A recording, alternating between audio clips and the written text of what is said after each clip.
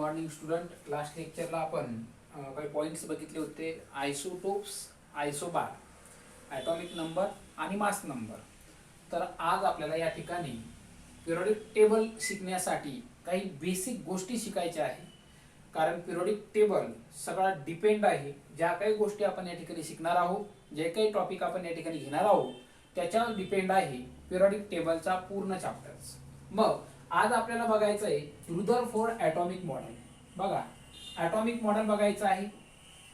मी हे जे आपण घेत आहोत हे बेसिक आहे. हे स्ट्रक्चर ऑफ ॲटम मध्ये परत तुम्हाला रिपीट होणार आहे. परंतु या ठिकाणी पिरियडिक टेबल नावाचा चॅप्टर शिकण्यासाठी आपल्याला ॲटमच्या संदर्भात पूर्ण माहिती असणं गरजेचं आहे. म्हणून या ठिकाणी आपण ॲटॉमिक मॉडेल बघणार आहोत. मग सुरुवातीला आपल्याला या ठिकाणी बघायचं आहे Rutherford atomic model. Rutherford atomic model आपल्याला बघायचं आहे. Rutherford is a name of the scientist. हे का सायंटिस्टचं नाव आहे. त्यानं सांगितलं आहे नेमका ॲटम हा कसा आहे या संदर्भात माहिती रुदरफोर्डने दिलेली आहे. रुदरफोर्डनं काय सांगितलेलं आहे, नेमका ॲटम हा कशा प्रकारा असेल, काय आहे ॲटम मध्ये, कसा आहे, त्याचं स्ट्रक्चर कसं आहे, याच्याबद्दल रुदरफोर्डने या टॉपिक मध्ये एक्सप्लेन केलेला आहे. परंतु त्याच्या अगोदर या रुदरफोर्डने एक एक्सपेरिमेंट केलेला आहे. रुदरफोर्डनं सुरुवातीला काय केलं, एक एक्सपेरिमेंट केलेला आहे. त्याची अरेंजमेंट बघा कशा प्रकारे रुदरफोर्डने केलेली आहे. देन रुदरफोर्डनं सुरुवातीला एक थीन गोल्ड फॉइल घेतलेला आहे. Thin gold foil, this is a gold foil. सोन्याचा बारीक पात्रा ज्याला म्हणू आपण, फॉइल म्हणजे पात्रा. लक्षात घ्या, कागदापेक्षा ही पातळ, जसा न्यूजपेपरचा कागद असेल, ओके, त्याच्यापेक्षाही पातळ या ठिकाणी तो गोल्ड फॉइल त्याने घेतलेला आहे. This is the very thin gold foil. Okay, याला म्हटलेलं आहे रुदरफोर्डनं थीन गोल्ड फॉइल हे घेतलेला आहे. देन हा जो थीन गोल्ड फॉइल जो घेतलेला आहे हा एका फ्लोरोसंट स्क्रीन मध्ये ठेवलेला आहे. They R place in a fluorescent screen. बघा, ही एक फ्लोरोसंट स्क्रीन आहे की जी फ्लोरोसंट स्क्रीन या ठिकाणी बनलेली आहे झिंक सल्फाइडची. The fluorescent screen is made up of zinc sulphide. This is the screen here.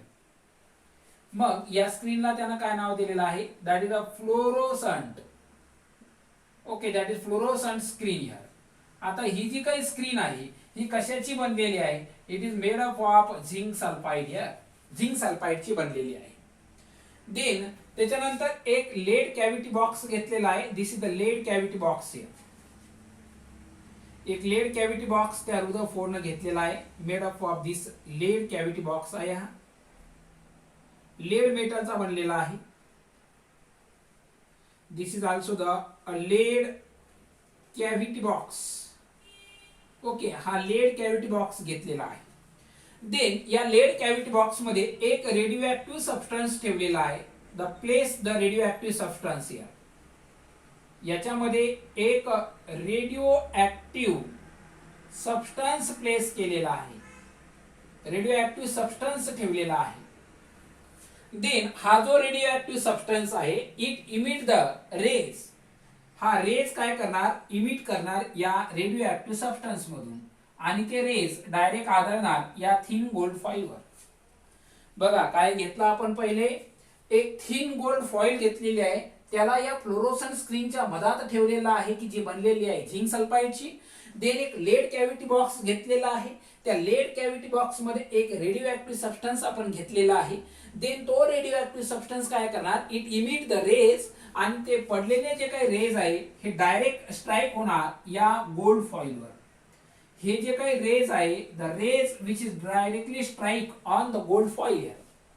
मग असे जे रेज आहे हे डायरेक्ट याच्यावर आदळल्यानंतर बघा काय झालं, जो लेड कॅव्हिटी मध्ये जो रेडिओ सबस्टन्स आपण घेतलेला आहे, डायरेक्टली त्याच्यामधून निघणारे जे काही रेज आहे ते डायरेक्ट या थीन गोल्ड फॉइलवर आदळणार.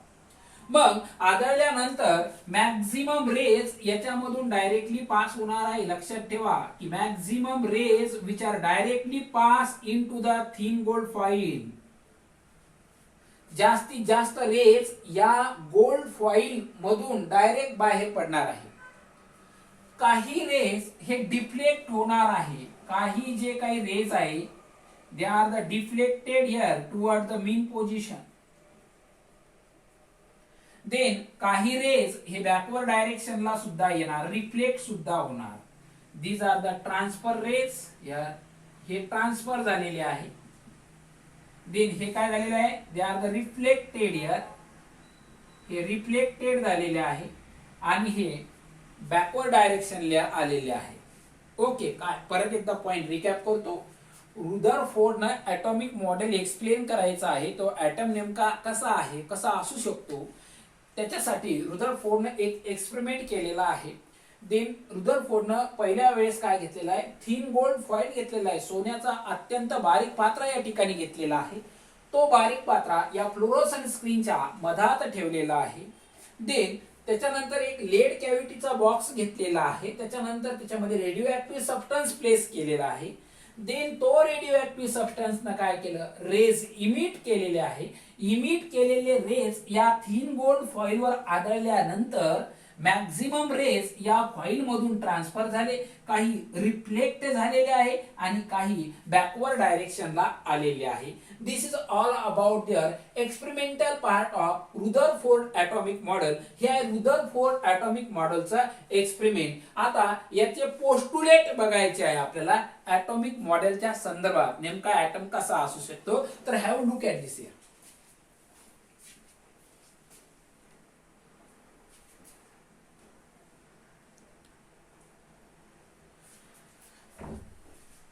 ओके, देन नेक्स्ट पार्ट बघूया आता की नेमकं आता याचं कारण आपल्याला बघायचं आहे की रेज हे डायरेक्टली पास का झाले, याचे रिफ्लेक्ट का झाले आणि बॅकवर्ड डायरेक्शनला हे रेज का आले, याच्या संदर्भात आपल्याला पॉइंट्स बघायचा आहे. So next part that is postulates here. Postulates of Rutherford. R means Rutherford, A means atomic, M means model. Rutherford atomic मॉडेलचे पोस्टुलेट्स बघायचे आहे. परंतु त्याच्या अगोदर हे याचं कारण आपल्याला बघायचं आहे. रेज ट्रान्सफर का झाले, डिफ्लेक्ट का झाले आणि रिफ्लेक्ट का झाले. तर या ठिकाणी मी सेक्शन घेतो बघा. गोल्ड फॉइलचा सेक्शन मी या ठिकाणी राईट करतो. I will write the section of the gold foil here. This is the gold atom here. अशा प्रकारचे हे गोल्ड ॲटम या ठिकाणी आपण या सेक्शन मध्ये बघत आहोत. ही फॉइल जी घेतलेली आहे आपण गोल्ड फॉइल, त्याच्यामध्ये गोल्ड फॉइल मध्ये हे गोल्ड ॲटम आहे. ओके, हे गोल्ड ॲटम आहे याच्यामध्ये. मग काय झालेलं आहे बघा की पहिलं कारण जे सांगतो बघा, हे रेज डायरेक्टली या पार्टला म्हणजे जो गोल्ड फॉइल आहे, जो गोल्ड ॲटम आहे, त्या गोल्ड ॲटमच्या न्यूक्लियसवर बंबार्ड झालेला आहे. हेवी मासवर बंबार्ड झालेला आहे आणि ते रेज बॅकवर्ड डायरेक्शनला आलेले आहे. म्हणजे एक सेक्शन आपण याचा एक सिंगल ॲटम या ठिकाणी घेऊया. बघा कसं तर बघा, हा घेतला मी तो particular atom. I would write the particular atom here. Gold atom घेतला. मग काय झालं बघा, या गोल्ड ॲटमच्या सेंटरला हा ॲटम आहे. या ॲटमच्या सेंटरला की काही रेज त्या ॲटमच्या सेंटरला स्ट्राईक झालेले आहे, आदळले, बंबार्ड झालेले आहे. त्याच्यावर लक्षात ठेवा, जो ॲटम गोल्ड ॲटम हे गोल्ड आहे. या गोल्ड ॲटमचा सेक्शन घेतला. या सेक्शन मधला एक ॲटम इकडे घेतला आपण. मग हा जो स्फेरिकल भाग जो आहे, ॲटम जो आहे, त्याच्या सेंटरला, त्या ॲटमच्या सेंटरला एक हेवी मास आहे बघा. This is the heavy mass here. याला काय म्हटलेलं आहे त्यानं, हेवी मास. हेवी मास म्हटलेला आहे. त्या ॲटमच्या हेवी मासला ते रेज स्ट्राईक झाले आणि लगेच बॅकवर्ड डायरेक्शनला आलेले आहे. मग याचा अर्थ काय लक्षात घ्या, ॲटमच्या मध्यभागी, त्या ॲटमच्या मध्यभागी असं काही जाड वस्तुमान आहे. लक्षात घ्या, त्या ॲटमच्या मध्यभागी एक हेवी मास आहे की ज्याचा मास जास्त आहे. त्याचा मास जास्त असल्या कारणामुळे ते रेज त्याच्यावर स्ट्राईक झाले आणि बॅकवर्ड डायरेक्शनला आलेले आहे.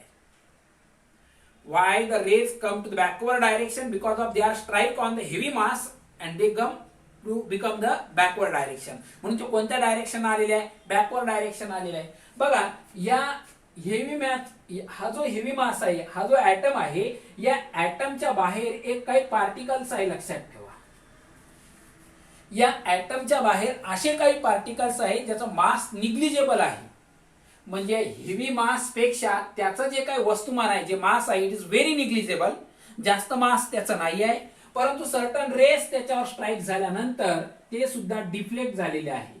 The rays are the deflected here. लक्षात, काही रेज त्या हेवी मासवर स्ट्राईक झाले, बॅकवर्ड डायरेक्शनला आलेले आहे, काही रेज त्या पार्टिकलवर स्ट्राईक झाली आहे आणि त्याची डायरेक्शन त्यानं बदललेली आहे, दे आर द डिफ्लेक्टेड. आणि मॅक्झिमम रेज जे आहे, जे मॅक्झिमम रेज जे आहे याच्यामधले, ते याच्यामधून पास झालेले आपल्याला पाहायला मिळतात, म्हणजे त्याच्या मधात काही अडथळा आलेला नाहीये. ओके, हा जो एक्सपेरिमेंट रुदरफोर्डनं केला, रुदरफोर्डनं केल्यानंतर त्याला असं समजलं की मॅक्झिमम रेज समोर गेले, काही डिफ्लेक्ट झाले आणि काही बॅकवर्ड डायरेक्शनला आले. मग याचं कारण काय? या 3 रेज हे डिफ्लेक्ट झाले, रिफ्लेक्ट झाले, बॅकवर्ड डायरेक्शन, याचं कारण काय? याचं कारण या ठिकाणी रुदरफोर्डनं एक्सप्लेन केलेलं आहे. पहिलं कारण जे रिफ्लेक्ट झाले त्याचं कारण दिलेलं आहे की at the centre of atom the heavy mass is present, that's why the rays are strike on the heavy mass and they become the backward direction. काही रेज त्या पार्टिकलवर ताडलेले आहे की ज्याचं मास निग्लिजेबल आहे, then rays become the deflected. And certain rays, काही जे रेज आहे की जे मॅक्झिमम त्याच्यामधून पास झालेले आहे, कारण या ठिकाणी ऍटमची जागा ही मोकळी दिसत आहे, maximum portion of the atom is empty. बघा, हा झाला एक particle and then this is the nucleus, हा न्यूक्लियस झालेला आहे. Okay, this is the nucleus. Nucleus आणि या पार्टिकलच्या मधात जागा रिकामी आहे, रिकामी जागा असल्यामुळं मॅक्झिमम रेज काय झालेले आहे, पास झालेले आहे. ओके, हे या एक्सपेरिमेंटवरून आपल्याला अशा प्रकारचं ऑब्झर्वेशन मिळालेलं आहे. So have look at this, be carefully, why the rays are the backward direction, reflected and deflected, याचे 3ही कारण आपण दिलेले आहे. आणि नंतर जाऊया पोस्टुलेट्स ऑफ रुदरफोर्ड ॲटॉमिक मॉडेलकडे, तोपर्यंत बघून घ्या.